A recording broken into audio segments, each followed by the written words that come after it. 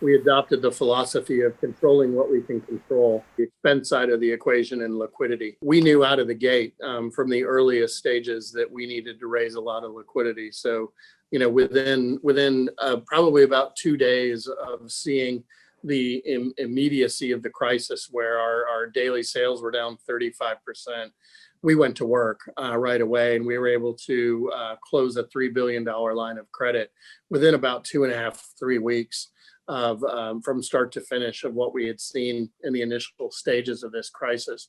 What that enabled us to do is give us the comfort to be able to leg into what we knew we needed to do. But we've also adopted a number of other policies, and one of those that I'm very, very proud of because of our liquidity position was we were giving cash refunds to customers when nobody else was. It wasn't our customers' fault that their trips got canceled and they couldn't go to Europe, and we didn't feel like we should hold on to their money.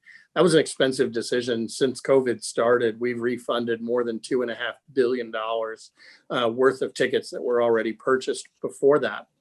And that's money that we had to borrow to do it. But one thing that we think will pay dividends, both in terms of creating customer loyalty where others didn't, but also it'll help our cash generation as the recovery happens, because those people that had refunded tickets will give us new cash for new travel, rather than just rolling over credits where the cash cycle of the airline will churn a little bit. So we've looked at everything that we can do efficiently. I think we are now up over $30 billion of cash that we've raised since COVID started, at an average interest rate of, I think, just over 5%. So it's extraordinary times. The markets have been incredibly resilient, but we've also got an incredibly creative treasury and corporate finance team that have helped to get that done.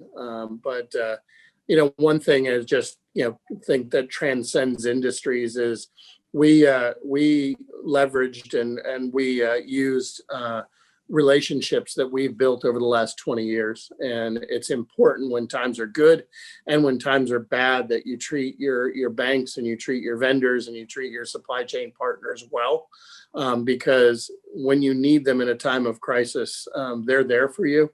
And that's been amazingly true for us in terms of the relationships we built really over 2 decades here at Delta. And probably one of the proudest accomplishments that I think I'll leave with is that reputation among Wall Street and capital markets providers for Delta.